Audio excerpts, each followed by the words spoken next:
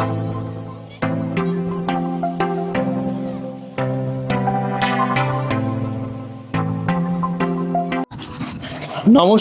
আমি সুকৃতি দান। আশা করি আপনারা সবাই ভালো আছেন। আপনারা সবাই দেখছেন অ্যাস্ট্রো সলিউশন। আজকে আমি আলোচনা করবো যে সিংহ রাশি বা লগ্নের এই মুহূর্তে তক্ষক কালসর্প যোগ অলরেডি তৈরি হয়েছে, কেননা লগ্ন সপ্তমে সমস্ত সিংহ রাশি বা লগ্নের রাহু কেতু অবস্থান করছে। তো এই অবস্থান সিংহ রাশির অনেক ক্ষেত্রে, সিংহ রাশি বা লগ্নের ক্ষেত্রে, বিশেষ করে যদি সিংহ লগ্ন হয় তাহলে এটা বেশি অ্যাপ্লিকেবল হয়। তো সমস্ত সিংহ লগ্নের মানুষদের ক্ষেত্রে লগ্নে কেতু মন মানসিকতার মধ্যে একটা ডিপ্রেশন, হতাশা, একাকিত্ব, চাপ, মানসিক অস্থিরতা এগুলো কিন্তু ক্রিয়েট করেছে। অর্থকেন্দ্রিক সমস্যা যাচ্ছে, মন মানসিকতা ভালো যাচ্ছে না মোটেই। এমনকি সপ্তমভাবে রাহু লো লেভেলের মানুষের প্রভাব সূচনা করছে। এমন কিছু মানুষ, এমন কিছু ক্যারেক্টারলেস মানুষ সিংহ রাশি বা লগ্নের মানুষকে প্রচণ্ড ডিস্টার্বের মধ্যে মাঝে মাঝে ফেলে দিচ্ছে। যে কাজ সিংহ রাশি বা লগ্নের মানুষ করেনি, সপ্তমভাবে রাহু থাকার জন্য লো লেভেলের মানুষের প্রভাব এমনভাবে ডিস্টার্ব করছে যেখানে আপনার ইমেজকে সবার কাছে খারাপ করে দিতে বাধ্য করছে। তাই সমস্ত সিংহ রাশি বা লগ্নের উচিত এই সময় একটু সাবধানতা অবলম্বন করা। সিংহ রাশি বা লগ্ন নিয়ে বারে বারে ভিডিও করেছি। তো আপনাদের ক্ষেত্রে অলরেডি দ্বাদশভাবে বৃহস্পতি শুক্র অবস্থান করছে। এই সময়টা আপনাদের জীবনে অনেকটা গুরুত্বপূর্ণ। এই কালসর্প যোগ যেহেতু অলরেডি লগ্নে কেতু, সপ্তমে রাহু রয়েছে, তো 2025-এর সেই মে থেকে 2026-এর 5ই ডিসেম্বর পর্যন্ত লগ্ন সপ্তমে রাহু কেতু প্রচণ্ড আনস্টেবিলিটির মধ্যে ফেলে রেখেছে। অনেক সিংহ লগ্নের মানুষদের ব্যবসা কেন্দ্রিক জায়গায়, পাবলিক ডিলিংসের ব্যাপারে, রিলেশনের ব্যাপারে, শরীরের ব্যাপারে, মানসিকতার ব্যাপারে লোকের কাছে একটা যে গ্রহণযোগ্যতা, ধরুন আপনি কোনো ব্যবসা করেন, আপনার অনেক ক্লায়েন্ট আছে, এই যে আপনি মানুষকে বোঝান বা মানুষের কাছে আলটিমেটলি যে একটা কি বলবো ইমেজ রয়েছে, সেই ইমেজটা অনেক ক্ষেত্রে নষ্ট হয়। আপনি যে কাজই করুন না কেন, অফিসে যারা বস রয়েছে তার সঙ্গে ভুল বোঝাবুঝি হবে। কোনো একটা জায়গায় কাজ করছেন যৌথভাবে, আপনি কোনো দোষী নয়, তবু আপনাকে সমস্যাগ্রস্ত করবে, আপনাকে লোক ভুল বুঝবে। তো আপনি করবেনটা কি? তো সিংহ লগ্নের ক্ষেত্রে এমন একটা ব্যাপার রয়েছে এই মুহূর্তে। এমনকি যাদের সিংহ রাশি, তাদের ক্ষেত্রে শনি অবস্থান করছে কোথায়? শনি অবস্থান করছে হচ্ছে অষ্টমভাবে, মীন রাশির ঘরে। তো মীন রাশির ঘরে শনি অবস্থান করার জন্য অলরেডি শনির ঢাইয়া চলছে যাদের রাশি। তাহলে লগ্ন হলে মেনলি লগ্ন সপ্তমে রাহু কেতু ডিস্টার্ব করেছে, আর রাশি হলে ডিরেক্টলিভাবে রাশি রাহু কেতুর এই ডিস্টার্বটা এত পরিমাণে পড়ে না, তবে জেনারেলি মেন্টালিটির দিক থেকে কিছুটা ডিস্টার্ব করবে, কিছুটা মানসিক একটা ফিকেল ব্যাপার তৈরি করবে। কিন্তু অষ্টমে যেহেতু শনি অবস্থান করছে, আপনাদের মধ্যে চূড়ান্ত একটা অস্থিরতা তৈরি করবে। লাইফ পার্টনারের সঙ্গে সম্পর্ক খারাপ হবে, আর যত লাইফ পার্টনারের সঙ্গে দুর্ব্যবহার করবেন তত আপনার জীবনের সমস্যার পরিমাণ বাড়বে। কেননা হাজার হোক আপনার কিন্তু রাহু কেতুর প্রভাব রাশির সপ্তমে বা লগ্ন সপ্তমে রয়েছে। শনি অষ্টমে থাকার জন্য হাড়ে ব্যথা, কোমরে ব্যথা, গাঁটে ব্যথা, দাঁতে ব্যথা, অধৈর্য সংক্রান্ত সমস্যা, লাইফ পার্টনারের শরীর খারাপ বা লাইফ পার্টনারের সঙ্গে ভুল বোঝাবুঝি, বিভিন্ন দিক থেকে একটা মানসিক চাপের মধ্যে সিংহকে কিন্তু পড়তে হচ্ছে। অগ্নিতত্ত্বের লগ্ন বা রাশি সিংহ, তারা অত্যন্তভাবে মন মানসিকতার মধ্যে একটা স্ট্রং ব্যাপার রয়েছে। আপনার অত্যন্ত পরিশ্রমী, অত্যন্ত লড়াকু, কিন্তু আপনার জীবনে প্রচণ্ড শত্রুতা সংক্রান্ত সমস্যা ক্রিয়েট করে। অনেক কাছের মানুষে আপনাকে ভুল বোঝে যেখানে আপনার আদেও কোনো দোষ নেই। অনেক সময় অসৎ চরিত্রের পুরুষ বা মহিলার থেকে আপনার জীবনে কোনো সমস্যা হতে পারে।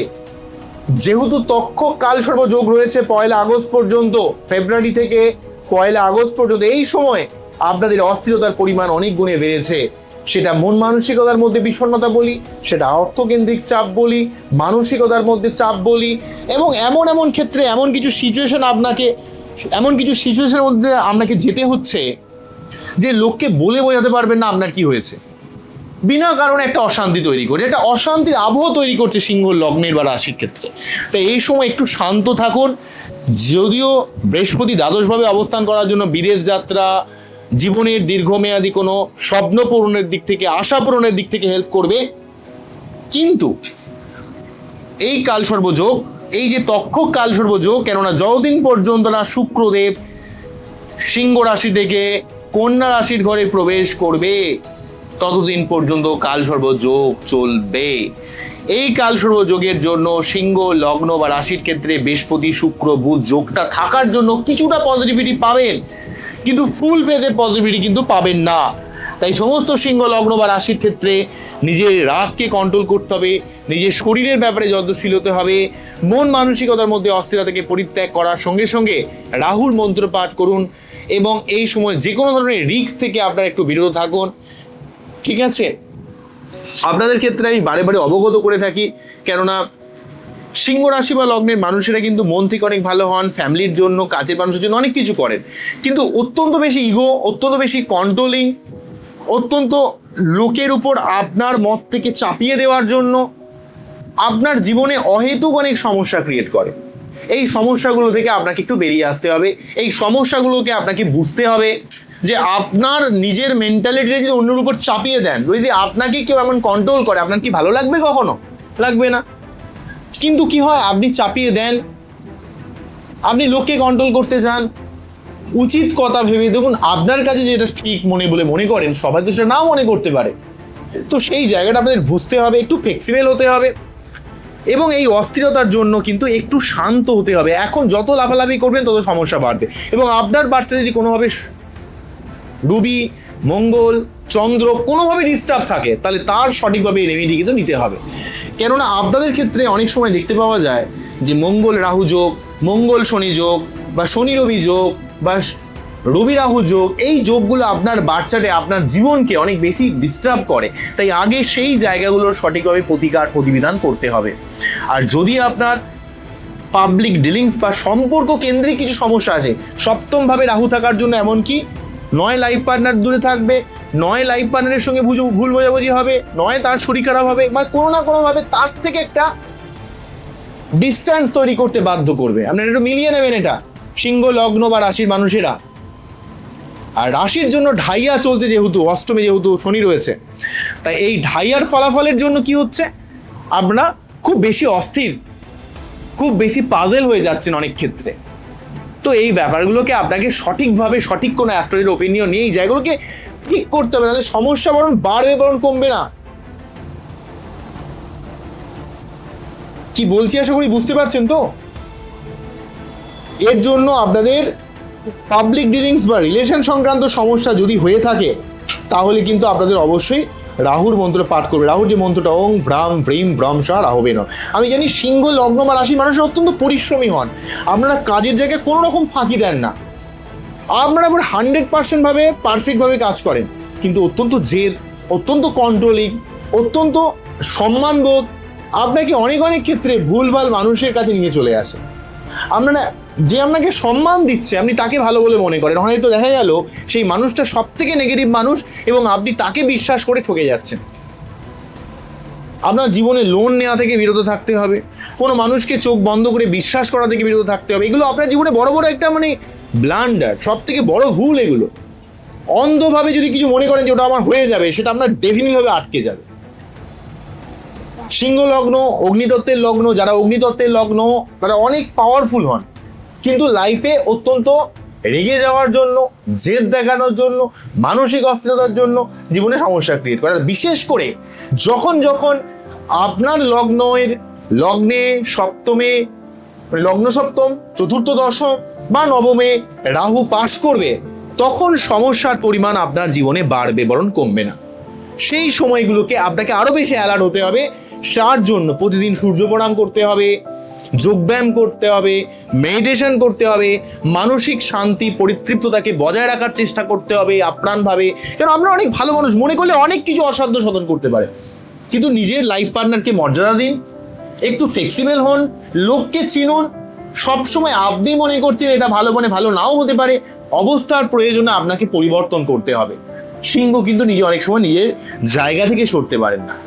আপনারা যেটা অনেক ভালো মানুষ, অনেক ভালো চান, সবার ভালো করেন, অনেক সময় প্রচুর সিংহকে আমি দেখেছি সমাজসেবামূলক কাজের মধ্যে থাকতে। এই লোক দেখানো সমাজসেবা নয়। কোন বাড়িতে কোনো কার মেয়ের বিয়ে হচ্ছে না, কোন বাড়িতে তার সন্তানের বইপত্র নেই, পড়তে পারছে না, সেই ধরনের হেল্প কিন্তু করেন, কিন্তু তারা কখনো দেখান না। কিন্তু আপনার ইগো, আপনার সেলফ রেসপেক্ট, আপনার কন্ট্রোলিং, আপনাকে অনেক ক্ষেত্রে জীবনে প্রচুর সমস্যার মধ্যে ফেলে দেয়, এমনকি আপনার সম্পর্কের জায়গাগুলো ভিতগুলোকে নড়িয়ে দেয়। অনেক কিছু করেন আপনারা, কিন্তু আপনারা অনেক সময় নিজের লাইফ পার্টনারকেই বোঝেন না। লাইফ পার্টনারের জায়গাটাতেই আপনি তাকে ডমিনেট করতে যান, বা লাইফ পার্টনার আপনার থেকে কষ্ট পায়। বিশেষ করে আপনি যদি ছেলে হন, অনেক সময় লাইফ পার্টনারের সঙ্গে একটা ভুল বোঝাবুঝি বিনা কারণে লেগে যায়, বা তাকে কন্ট্রোল করতে যান, সে আপনার ভালো চায়, তবুও একটা যেন সম্পর্ক কোথাও যেন নষ্ট হয়ে যায়। তো এর জন্য আপনার একটু ইগোকে কমাতে হবে, নিজের সম্পর্কের জায়গায় আরও সচেতন হতে হবে। আপনি অবশ্যই সমাজে ভালো করবেন, আগে নিজের বাড়িকে ঠিক রাখবেন। নিজের বাড়ি ঠিক থাকলে তারপরে আপনি সমাজের সেবা করুন না। কিন্তু যদি বাড়ি না ঠিক থাকে, আমি প্রচুর সিংহকে দেখেছি অসাধ্য সাধন করতে। মানে তাদের যে কি লেভেলের ক্ষমতা, কি লেভেলের তাদের মধ্যে একটা লড়াই করার মানসিকতা, আমি অবাক হয়ে যাই। মানে আপনারা প্রচুর অসাধ্য সাধন করতে পারেন। মানে আমি দেখেছি যে সিংহ মানুষ এত পরিশ্রমী, এত লড়াকে, এত কম খরচে যে কোনো ব্যাপারকে করে দিতে পারে। তো এদের মধ্যে কিন্তু কেউ কখনো পারবে না। কিন্তু এত কিছু গুণ থাকার সত্ত্বেও আপনারা খুব বেশি কথাকে ধরে, খুব রিজিড, খুব মোয়ার, সেলফ রেসপেক্ট ব্যাপারটা খুব বেশি থাকে। আর আপনার জীবনে অহেতুক শত্রুতা, আপনি যা করেননি তা নিয়ে আপনাকে শুনতে হয়। তো এর জন্য আগে বাচ্চাদের রেকটিফিকেশন করুন, নিজের ফ্যামিলির লোকের কাছে একটু ফ্লেক্সিবল থাকুন, দেখবেন আপনার জীবনে অনেক সমস্যা কেটে যাবে। আর যদি সম্পর্ক সংক্রান্ত সমস্যা হয় তাহলে রাহুর মন্ত্র পাঠ করুন, আর যদি শরীর বা মন মানসিকতার মধ্যে সমস্যা হয় তাহলে কেতুর মন্ত্র পাঠ করুন। দেখবেন আপনাদের জীবনে অনেক অনেক দিক থেকে অনেক পজিটিভিটি আপনারা পাবেন। তবে ইন জেনারেলভাবে সিংহ লগ্নে যে দশা চলুক, যাই হোক না কেন, আপনারা যদি প্রতি মঙ্গলবার 3 বার করে হনুমান চল্লিশা, প্রতিদিন সূর্য প্রণাম এবং রাহুর মন্ত্রপাঠ যদি প্রতিদিন 108 বার করে পড়তে পারেন, তো আপনার জীবনে অবশ্যই ঘুরবে। ঠিক আছে, তো আজকে এখানেই থামছি। নমস্কার, থ্যাংক ইউ।